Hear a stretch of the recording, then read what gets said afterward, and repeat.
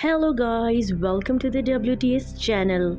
आज हम आपको मूवी एक्सप्लेन करेंगे द बार। ज़रा सोचिए, अगर आप किसी बार में ड्रिंक करने या खाने गए हो और बार से बाहर निकलते ही आपको मार दिया जाए। तुम बार के बाहर नहीं जा सकते क्योंकि मौत से बदतर हालत तो बार के अंदर होने वाली है। मूवी के स्टार्टिंग में हम एक सर्जियो नाम के आदमी को बार के अंदर आते हुए देखते हैं। तभी उसी के साथ एक आदमी बार से बाहर निकलता है और जैसे ही वो बाहर निकलता है तो किसी ने उसे गोली मार दी, जिससे उसकी मौके पर ही मौत हो जाती है। ये देखकर वहाँ पर अफरा तफरी मच जाती है और थोड़ी ही देर में पूरा एरिया एकदम सुनसान हो गया था। कुछ पता नहीं चल रहा था कि गोली किसने और कहां से चलाई। बार में मौजूद सारे लोग डर चुके थे। उसमें से फैतूर पुलिस को कॉल करने की कोशिश कर रहा था, लेकिन उसके फोन में सिग्नल नहीं था। हैरानी की बात तो ये थी कि वहां पर जितने भी लोग मौजूद थे, किसी के भी मोबाइल में सिग्नल नहीं था। एक फायर फाइटर उस मरे हुए आदमी को बाहर देखने जाता है, लेकिन तभी उस पर भी किसी ने गोली चला दी। ये देखकर तो सबके होश ही उड़ गए थे। उनका तो दिमाग ही काम नहीं कर रहा था कि आखिर यहाँ पर हो क्या रहा था। एक लड़की जिसका नाम एलिना था, वो सबको न्यूज़ देखने का सजेस्ट करती है, लेकिन हैरानी की बात ये थी कि टीवी पर वहाँ के हादसे की कोई भी न्यूज़ टीवी पर नहीं चल रही थी। फैतूर कहता है कि कोई जानबूझ के ऐसा कर रहा है और हमें बार से बाहर जाने नहीं दे रहा है। ये सुनकर सर्जियो कहता है कि शायद वो कोई खतरनाक मर्डरर या कोई टेररिस्ट हो सकता है और उनके पास बॉम्ब्स या वेपन्स होंगे, इसलिए उन्हें बाहर नहीं जाने दिया जा रहा। सर्जियो की बात सुनकर नाचो नाम का एक आदमी अपना बैग छुपाने की कोशिश करता है। सर्जियो उसे ऐसा करते हुए देख लेता है। सभी मिलकर उसके बैग की तलाशी लेते हैं, जिसमें थोड़े कपड़े और एक हार्ड डिस्क निकलती है। नाचो सबको बताने की कोशिश करता है कि उस हार्ड डिस्क में कुछ नहीं है, वो एक एड कंपनी में बस काम करता है और बस उसकी हार्ड डिस्क में बस उसकी कुछ इम्पोर्टेंट फाइल्स हैं। लेकिन एलिना बिना सोची समझे उसकी हार्ड डिस्क तोड़ देती है, लेकिन उसमें से कुछ भी नहीं निकलता। ये देखकर नाचो को बहुत बुरा लगता है।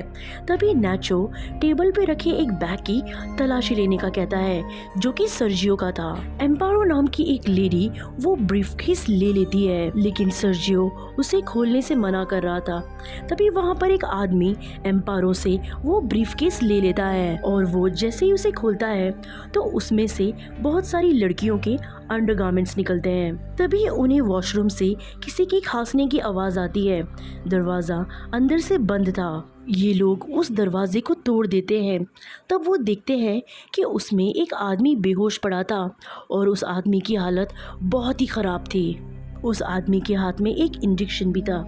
फिर हम ये देखते हैं कि बाहर एक आर्मी ऑफिसर्स की गाड़ी आती है, जिसमें से आर्मी ऑफिसर्स उतरते हैं। उनके चेहरे पर मास्क भी होता है। सभी ये देखकर बहुत खुश हो गए थे कि चलो अब उन्हें बचा लिया जाएगा, लेकिन उनकी खुशी कुछ पल की थी, क्योंकि वो आर्मी ऑफिसर वहाँ पर टायर का एक ढेर जलाकर चले जाते हैं। और तभी न्यूज़ में ये दिखाया जाता है कि उस बार के सामने आग लगने की वजह से उस जगह को सील कर दिया गया है और कोई भी वहाँ ना जाए, जो कि पूरा झूठ था। गवर्नमेंट झूठ बोल रही थी, लेकिन क्यों? उन्हें कोई क्यों नहीं बचा रहा था? वो जो आदमी बेहोश था वो उनके सामने आ जाता है। उसकी बॉडी गुब्बारे की तरह फूली हुई थी, उसकी आंखें पूरी सफेद हो गई थी और पॉप हो रही थी।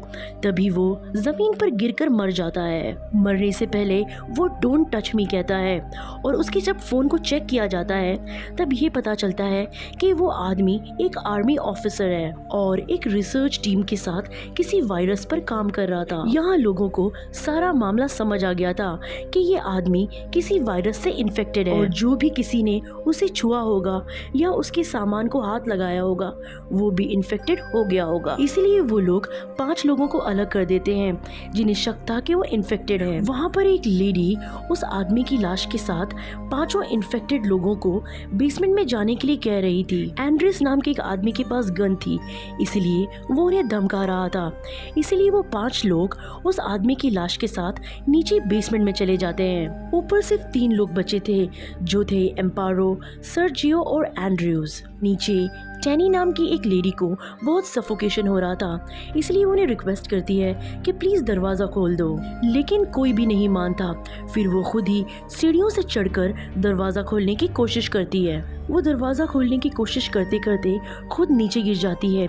साथ ही उसके साथ कुछ लिक्विड्स की बोतल भी नीचे गिर जाती है, जिसका पानी ड्रेनेज से नीचे जा रहा था। वो लोग ड्रेनेज के रास्ते वहां से बाहर जाने का डिसाइड करते हैं, लेकिन ड्रेनेज काफी छोटा था। उनमें से एक आदमी अपने ऊपर पूरा तेल लगाकर ड्रेनेज से नीचे जाने की कोशिश करता है, लेकिन वो बेचारा बीच में ही फंस गया था। लेकिन तभी ऊपर से गोलियां चलने की आवाज आती है, जिससे वहाँ सब बहुत डर जाते हैं। बार में से धुआं भी आ रहा था, मतलब ऊपर जो 3 लोग थे उन्हें किसी ने मारकर बार में आग लगा दी थी। यहाँ पर वो आदमी अभी भी ड्रेनेज में फंसा हुआ था।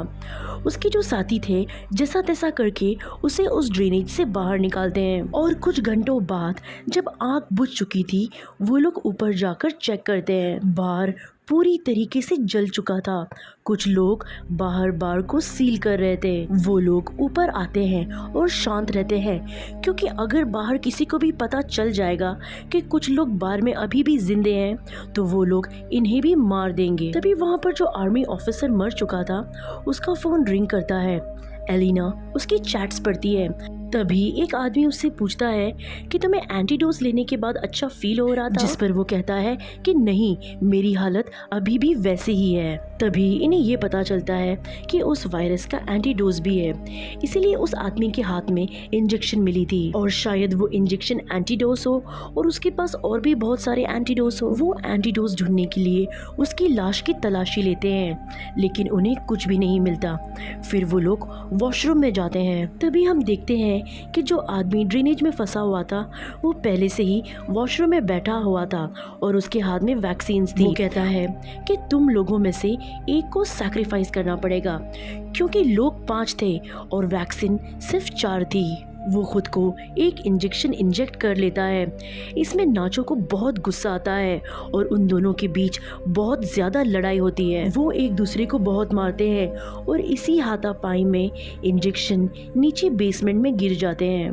टैनी उन वैक्सीन्स को बेसमेंट में लेने जाती है, लेकिन गलती से टैनी के हाथ से वो वैक्सीन ड्रेनेज में गिर जाते हैं। अब उनके पास कोई रास्ता नहीं था, इसलिए वो एलिना को नीचे जाकर वैक्सीन्स लाने का कहते हैं, क्योंकि वही उन सब में सबसे पतली थी। पहले तो वो मना कर देती है, लेकिन बाद में वो मान जाती है।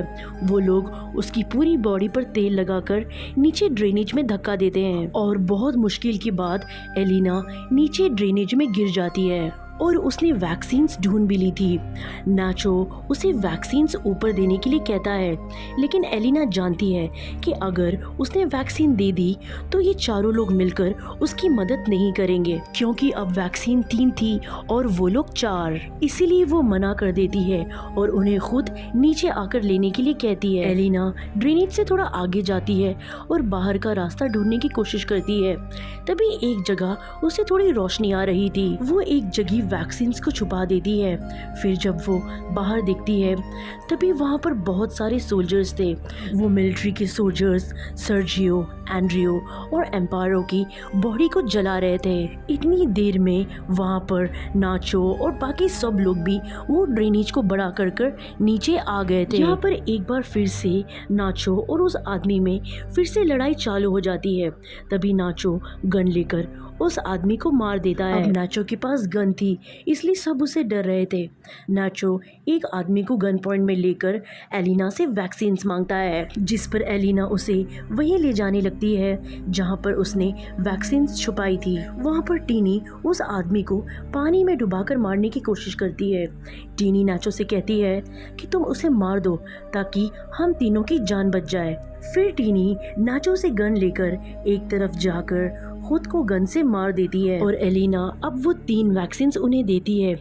तीनों वैक्सीन वो एक एक करके बांट लेते हैं और जैसे ही वो वैक्सीन को अपने अंदर इंजेक्ट करने ही वाले थे तभी वो देखते हैं कि वो आदमी जिसको नाचो ने मार दिया था वो वहाँ पर आ जाता है। वो आदमी वहाँ पर जो एक और आदमी होता है उसे जान से मार देता है, लेकिन नाचो और एलिना उससे बच के भागते रहते हैं।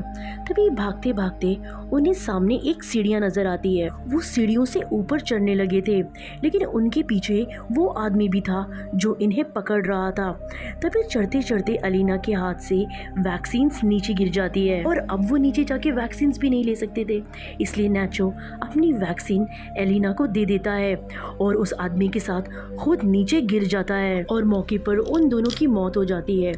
लेकिन एलिना ऊपर चढ़कर एक मैनहोल से बाहर आने की कोशिश करती है। वहाँ पर बहुत सारी पुलिस और लोग थे लेकिन एलिना आगे बढ़ती रहती है क्योंकि उसे अपना कोई भी होश नहीं था। तभी एक लेडी आकर उसे अपना एक जैकेट उड़ा देती है और कहानी यहीं पर ख़त्म हो जाती है। अब कहानी की हम बात करते हैं कि अगर गवर्नमेंट चाहती तो उन्हें बचा सकती थी क्योंकि उनके पास तो वैक्सीन्स थी, लेकिन गवर्नमेंट ने देश को बचाने के लिए कुछ मासूम और बेकसूर लोगों की जान ले ली। तो आज की मूवी में बस इतना ही। नेक्स्ट टाइम हम फिर मिलेंगे एक नई और इंटरेस्टिंग कहानी के साथ। अगर आपको मूवी की एक्सप्लेनेशन अच्छी लगी हो तो प्लीज़ हमारे चैनल को लाइक कीजिएगा और अगर आप हमारे चैनल पर नए हैं तो प्लीज़ हमारे चैनल को सब्सक्राइब कीजिएगा। Thanks for watching.